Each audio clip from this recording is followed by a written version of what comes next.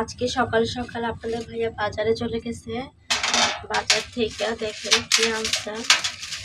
প্রথমে কলা আনছে, দিকে দুইটা কলা নাই, আর হচ্ছে দুইটা তাল আনছে। মিষ্টি আপনি জানি কি জানি? হ্যাঁ, মিষ্টি হবে, তালার গ্রান আছে, দেখো না। দুইটা তাল আনছে। এই যে কার কার তাল পছন্দ টকটক গ্রান মনে হয়। তাল আনছে আর হচ্ছে মিষ্টি কুমড়া